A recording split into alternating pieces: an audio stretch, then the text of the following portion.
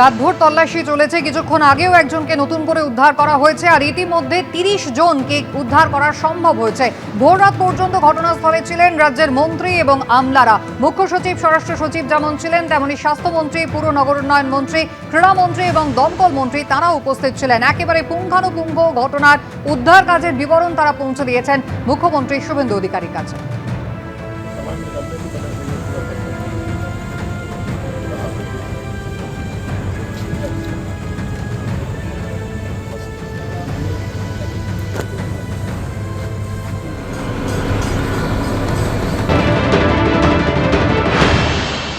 প্রথমেই আমি ধন্যবাদ জানাবো আমাদের সিভিল ডিফেন্স, কলকাতা পুলিশ এবং ফায়ার ব্রিগেডকে।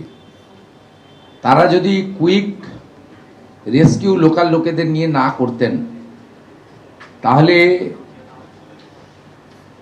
এই মৃত্যুর সংখ্যাটা অনেক লম্বা হতো এবং অত্যন্ত একটা মর্মান্তিক ঘটনা আজকে কলকাতা তথা রাজ্যের ক্ষেত্রে হতো। আমরা ধন্যবাদ জানাবো আমাদের এই জোনের আর্মির যিনি দায়িত্বে আছেন, এনডিআরএফের। আমার সঙ্গে 2:30 নাগাদ সিএস এর যখন কথা হয় মাননীয় মুখ্য সচিবের, তখনই আমরা সিদ্ধান্ত নিই যে আর দেরি না করে আমরা আর্মিকে কল করব।